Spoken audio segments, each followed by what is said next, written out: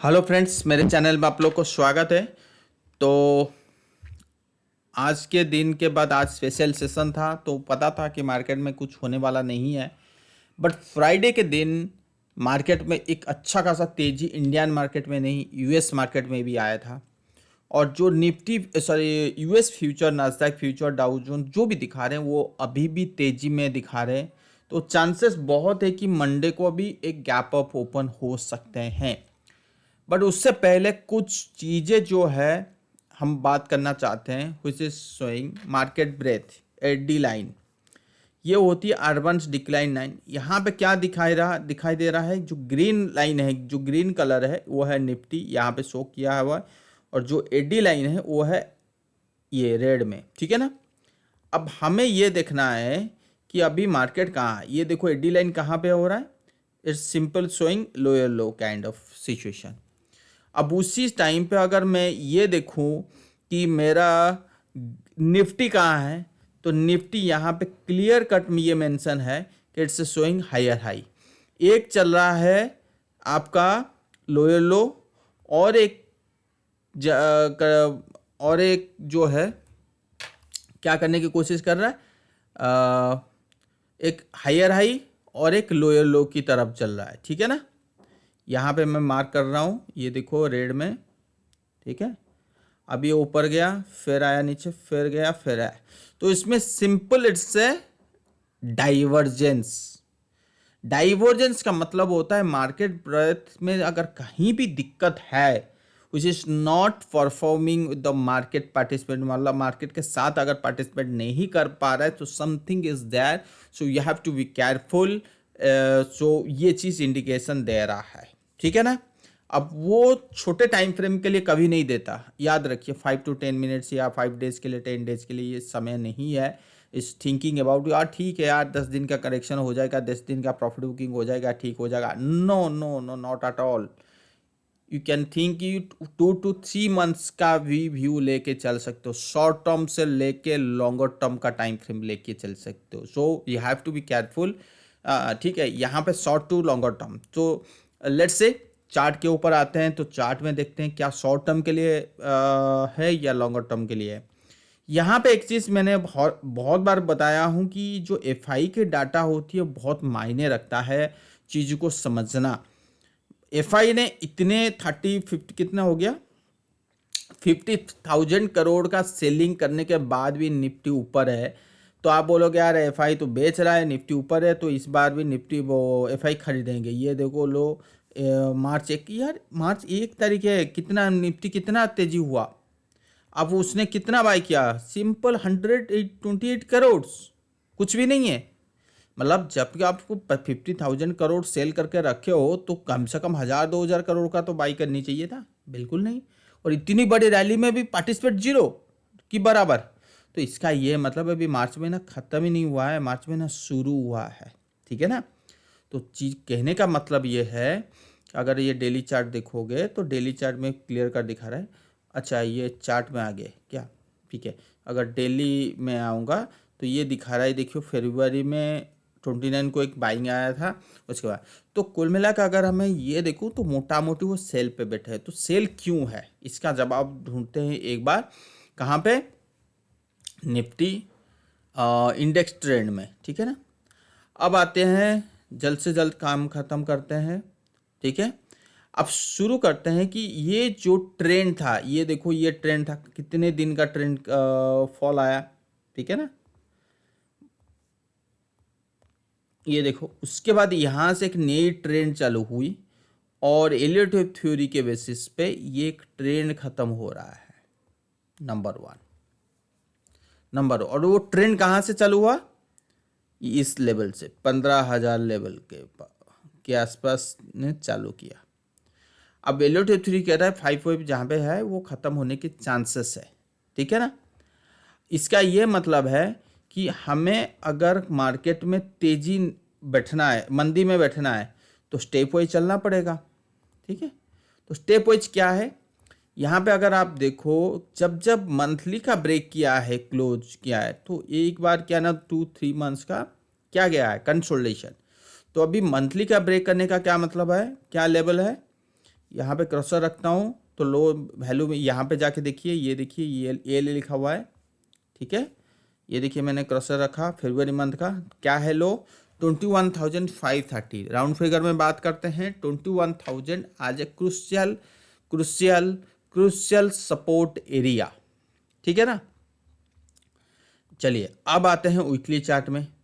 Weekly chart में क्या देखने की कोशिश करेंगे इस टॉप पॉइंट में कि जब भी कभी भी यहाँ से जो ट्रेंड चालू हुआ वीकली चार्ट में, यहाँ से इस पॉइंट से, ये कौन सा लेवल है 21,137, कभी भी इसकी लो के नीचे क्लोज नहीं हुआ। देखो लो के नीचे आया था फिर ऊपर गया क्लोज, देखो कभी भी इस लो के नीचे क्लोज नहीं हुआ। जो शुरू हुआ था 23 जनवरी से वो अभी तक इसके नीचे क्लोज नहीं हुआ। तो इसका क्या लेवल निकल के आता है, ये देखो मैंने कर्सर रख दिया तो 21,860 और ये 875।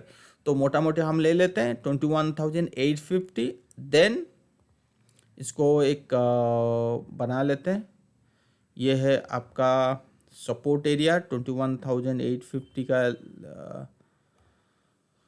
21,850 ले ले।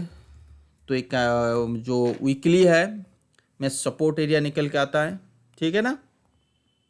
इसको थोड़ा सा ऐसे कर ले और एक बनाएंगे 21,530 है, हम 500 लेंगे। ये क्रूशियल जोन है, इसके नीचे गया तो मतलब मार्केट में कुछ है, ठीक है ना। अब ये हो गया हमारा क्या ना डेली और वीकली के बेसिस, वीकली और मंथली के बेसिस पे एनालिसिस हो गया। हाँ वीकली के बेसिस पे अगर मैं, चलो डेली में प्राइस एक्शन के बारे में बात कर लेते हैं, उसके बाद जाके हम उसके बेसिस पे बात करेंगे टेक्निकल के बेसिस पे। अब डेली यहाँ पे क्या चल रहा है, higher high, so it is showing again a kind of ending or diagonal pattern. So ending और diagonal pattern जब भी बनता है it's not a good for the market. तो point is saying कि कभी भी किसी भी टाइम पे हमें काइंड ऑफ सेलिंग प्रेशर मिल सकता है। सो मे बी 22,400, मे बी 22,500 और मे बी 22,700 से किसी भी टाइम पे हम फॉल मिल सकता है। और वो चीज़ कब कैसे कंफर्म होगा, वो चीज़ कैसे कंफर्म होगा, सिंपल यह है कि हर बार हमें एक फॉल मिलता है फिर बाउंस बैक, एक बार फॉल मिलता है फिर बाउंस बैक। तो ऐसा भी हो सकता है कि एक बार फॉल मिले और फिर दोबारा बाउंस बैक हो जाए, ऐसा भी हो सकता है ना। और जब भी फॉल मिला है, कितना पॉइंट का फॉल मिला है, ये इसको भी देखना बहुत ज़रूरी है। देखो यहाँ से मैं अगर कर्सर रखूँ तो मुझे 4.67% की तेज़ी हुई। उसके बाद यहाँ पे अगर मैं कर्सर रखूँ तो मुझे कितना परसेंट गया, 3.55% की तेज़ी हुआ। तो इसका मतलब स्लो एंड स्टेडी इसकी जो तेज़ी होती है वो उसमें कहीं ना कहीं कम हो रहा है मार्केट में। अब अगर इसको अगर मैं 3.55 लेके चलता हूँ, ये देखो 3.55 है, तो चलिए 3.55 लेके 50 तो 22,600। तो इसका ये मतलब है देखो ये कम हो रहा है, ये जो पॉइंट की बात कर रहा हूँ, ये देखो यहाँ पे गया 4.5, यहाँ पे 3.5, तो 1% के करीब। तो एक्सपेक्ट करके चलते हैं कि 2.5% के आसपास तेजी हो सकता है, क्योंकि इसकी जो मोमेंटम है वो मोमेंटम स्लो हो रहा है। याद रखो क्या मैंने कहा, जो मोमेंटम है वो मोमेंटम क्या हो रहा है, स्लो हो रहा है, ऊपर जाने की ताकत नहीं है, ठीक है। अब आते हैं नीचे की बात, यहाँ पे ये फॉल आया कितना 2.64% की, और यहाँ से ये फॉल आया ये देखो 1.92% की। तो इसका क्या मतलब है, जब तेजी हो वो कम हो, जब फॉल हो तो वो भी कम हो, तो मोमेंटम लूज हो रही है। तो मोमेंटम जब भी लूज होता है ना, उसके बाद क्या होता है, जो ट्रेंड चल रहा है वो दूसरा ट्रेंड शुरू होने की इंडिकेशन दे रहा है। बात समझ में आया, ये क्या था ट्रेंड, बुल का ट्रेंड। देखो अगर मेरा वीडियो देखोगे ना तो भी टेक्निकल एनालिसिस सीख सकते हो, कोई छोटा चीज़ नहीं है, कोई रॉकेट साइंस नहीं है, बड़ा चीज़ नहीं है। मैं वही चीज़ कहने की कोशिश कर रहा हूँ आप सबको, ठीक है।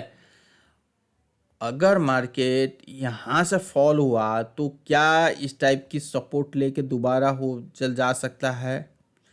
इस लाइन को ब्रेक किया 22,000 का जो एक अच्छा ऑप्शन चेन के बेसिस पे हमने देखा है, एक सपोर्ट मिल रहा है प्राइस एक्शन के बेसिस पे, काइंड ऑफ यहाँ पे सपोर्ट, यहाँ support, again we got a support. So that means कि अगर लेट्स से 22,000 के नीचे किसी भी दिन आता है ना मार्केट, ये देखो ये 21,950, सो आई एम एक्सपेक्टिंग कि ये 22,000 का जो लेवल ब्रेक करेगा, ये आई थिंक ये 7 मार्च को हो सकता है। अगर जिस दिन ये 22,000 पे ब्रेक किया ना, 22,000 का लेवल को ब्रेक किया, तो समझ जाओ को ये जो तेजी यहाँ से शुरू हुआ था उसमें रुकावट आ गया, खत्म, वो कंफर्मेशन मिल जाएगी। ठीक है ना, इतना क्लियर है? चलो अब आते हैं इसमें, किसमें, एक आते हैं वीकली चार्ट में। वीकली चार्ट क्या कहने की कोशिश कर रहा है? अगर मैं RSI को देखूं, वीकली में कोई भी डाइवर्जेंस बनता है ना, वो छोटी चीज़ है ही नहीं, याद रखो। पहले वीकली में मुझे क्या मिल रहा है? एक काइंड ऑफ डाइवर्जेंस मिल रहा है, ठीक है ना। क्या मिल रहा है? डाइवर्जेंस, वो भी वीकली चार्ट में। ये देखो price higher high, your indicator showing lower low, मतलब ऐसा था ना, अभी ऐसा है। So which is not a good thing. और daily suggesting कि ending on diagonal pattern is going to end. So anytime we will see kind of a profit booking kind of scenario. Clear? अब इसमें दो चीज होती है। क्या हमने जो यहाँ पे पढ़ा कि हमने यहाँ पे जो एनालिसिस किया, क्या 15,000 का लेवल यहीं पे ख़त्म हो गया है? देखो, मे भी और मे नॉट भी, ठीक है ना। अब उसकी कंफर्मेशन कैसे आ सकती है? उसकी कंफर्मेशन दो तरीके की है। क्या है बताता हूँ, रुकिए। ये देखो, हमने क्या करना है, ये जो ट्रेंड चल रहा है ना, ये जो ट्रेंड चल रहा है, अब मान लो कि ये यहाँ पे एंड हुआ, ठीक है। अब इसमें करेक्शन आने वाला है, या ये यहाँ तक आए 21,500 600 तक, ठीक है ना। अब यहाँ से इसके पास चांस तो है, ये दोबारा 23,000 जा सकता है, दोबारा इस टाइप की मूव हो सकती है। आई डोंट नो हो रहा है नहीं हो रहा है, बट होने की चांसेस, होने की प्रोबेबिलिटी जो है ना, वो काफ़ी ज़्यादा है, ठीक है। मार्केट में जब बुल वाले को बियर वाले को ख़त्म नहीं करेंगे ना, तो बुल आ ही नहीं सकता, बियर आ ही नहीं सकता, ठीक है ना। नंबर वन, ये साइकोलॉजी के बेसिस पे। फिबोनाची वाइज अगर मैं यहाँ पे से प्लॉट करूँ ना, तो एग्जैक्टली 1.27 हो रहा है। तो अगर मार्केट यहाँ से रिवर्स होती है तो ठीक है, तो अगर दोबारा फिर यहाँ से मान लो कि ये यहाँ से, तो 1.8% जो 23,000 तक जा सकता है।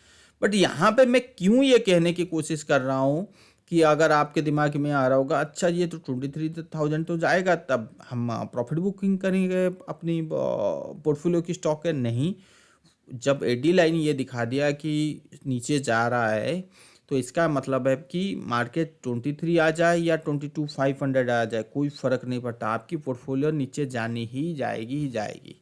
तो क्या है, उससे पहले हम बुक करके निकल जाएं। ये सब लार्ज कैप के वजह से ही ऊपर संभव है, मिड कैप स्मॉल कैप के वजह से बिल्कुल संभव नहीं हो पाएगा। Number one. Second thought, second probability क्या हो सकती है कि सेकेंड प्रोबेबिलिटी की अगर मैं बात करूं, तो ये कर सकते हैं, हाँ चलो 23,000 नहीं हुआ तो क्या हो सकता है।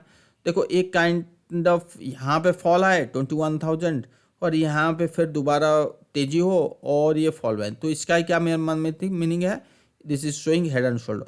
तो कहने की मतलब है, कुछ भी कर लो, कुछ भी कर लो, is trying to make a kind of distribution pattern. अगर if you are getting a distribution pattern in near future, so मतलब उसकी मतलब क्या है फिर? Simple sell, simple sell distribution pattern. If you are getting accumulation zone, so simple buy. तो is trying to make a distribution pattern, और ये चीज़ कई नया नहीं है, ये बहुत पुराना है, प्राइस एक्शन का थ्योरी है। मैं जितना चीज़ मैंने अभी दिखाया, कोई पॉजिटिव दिख रहा नहीं ना, यही होता है। और देखिए इसी को चीज़ को अगर मैं वीकली चार्ट में चलता हूँ, देखो मार्केट आया नीचे, यहाँ पे आया, फिर गया, फिर आया, फिर गया, फिर आया, फिर गया, और ये एकदम से फॉल आया। क्यों फॉल आया? कभी किसी ने पूछा अपने आप को? अरे सर जी यहाँ पे 5 वेव खत्म हो रहा है, तो इसका मतलब जो डिस्ट्रीब्यूशन पैटर्न यहाँ पे चालू हुआ था वो यहाँ पे एंड हो गया। मतलब इस पीरियड से लेके इस पीरियड के बीच में कोई mid cap small cap profit नहीं दिया है, और जैसे ही खत्म हो गया तो एकदम से एक नया ट्रेंड चालू हुआ। Exactly trying to make like this way, number 1। Number 2, अगर आप इस चीज़ को समझ पाए तो अच्छी बात है, नहीं समझ पाए, देखो मोटा मोटा अगर यहाँ से भी फॉल आएगा ना, तो मोटा मोटा जो फॉल आने वाला है वो 18,500 टू 19,000 के आसपास आने वाला है। ठीक है, अब पता नहीं वो 22,500 से आएगा या 23,000 से आएगा, एग्जैक्टली फिगर आउट करना मुश्किल है। अब आते हैं किसको देखने के लिए, अभी अब आते हैं हम यूएस मार्केट को देखते हैं। देखिए क्रूड ऑयल, मैंने कल एक ट्वीट किया था। क्या किया था? ट्वीट किया था, यहाँ पे चलते हैं ट्विटर, और ट्वीट में मैंने ये कहा था, यहाँ पे अगर आप देखोगे, देखो हाँ, दूसरी चीज़ ये निफ्टी फाइनेंस का बारे में मैंने कहा था।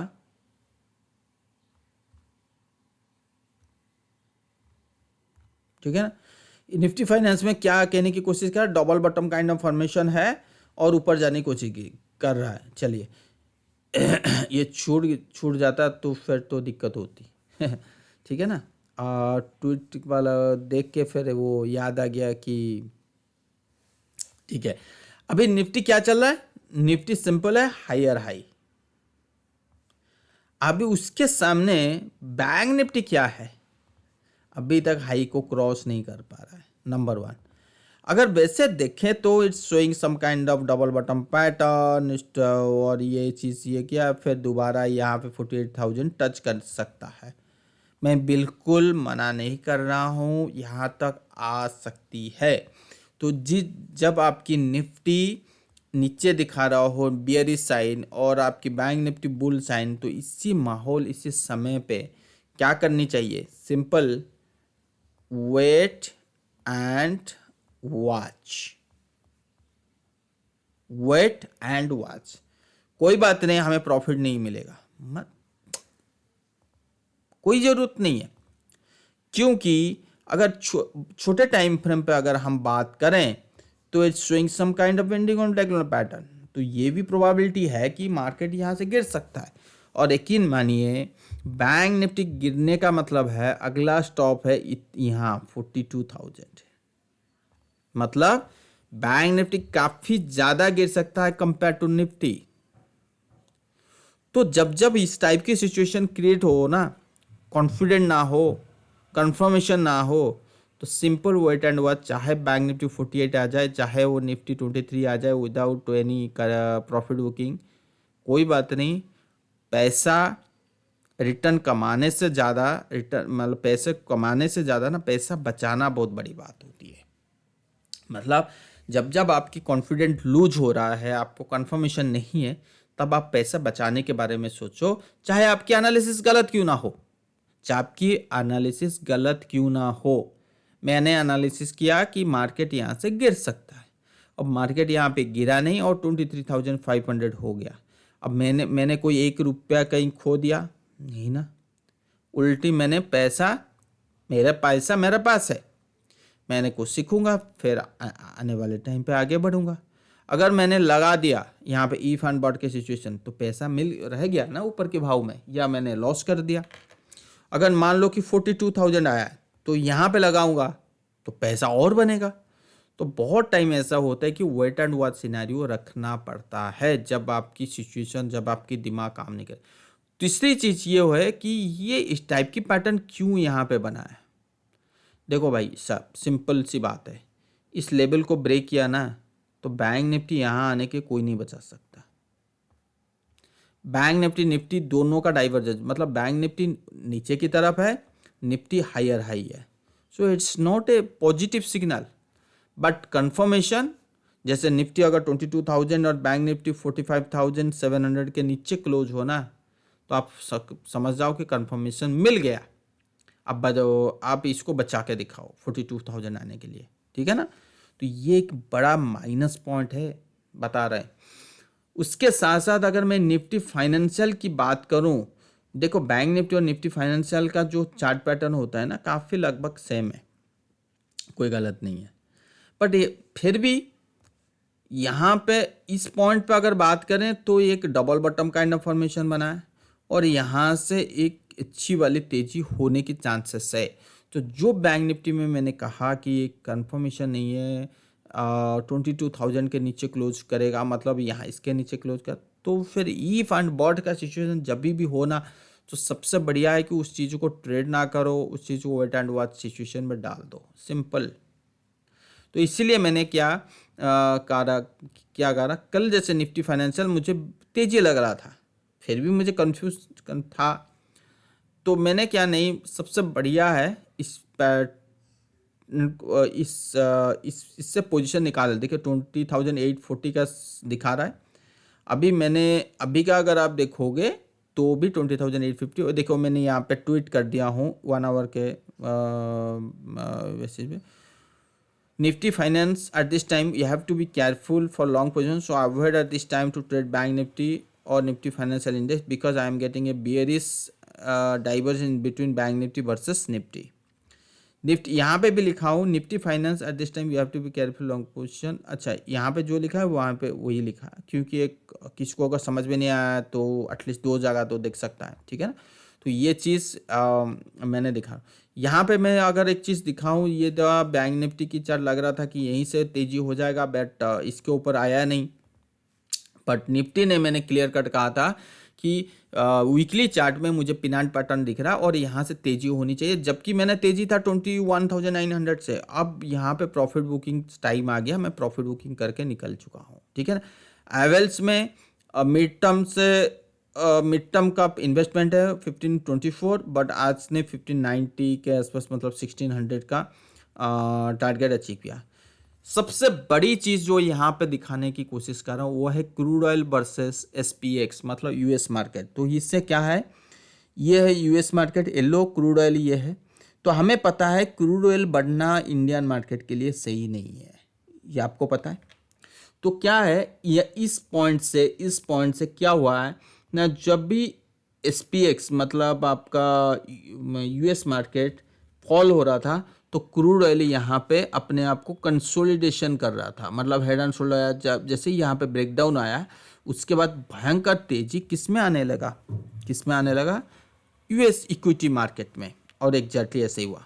अब जब equity market kind of scenario पे आ चुका है, एक टॉप पे आ चुका है, तब आपका क्रूड ऑयल में कल के दौरान एक ब्रेकआउट मिल चुका है। तो दैट मीन्स जो भी अगर यू टर्न आया तो अच्छा वाला प्रॉफिट बुकिंग आ सकता है। वो कहाँ से मिल रहा है, क्रूड ऑयल वर्सेस SPX। जब आप करोगे इस चीज़ को, देखो क्रूड ऑयल की चार्ट मैंने दिखा दिया था 83.39, और हमारा MCX था 66.13।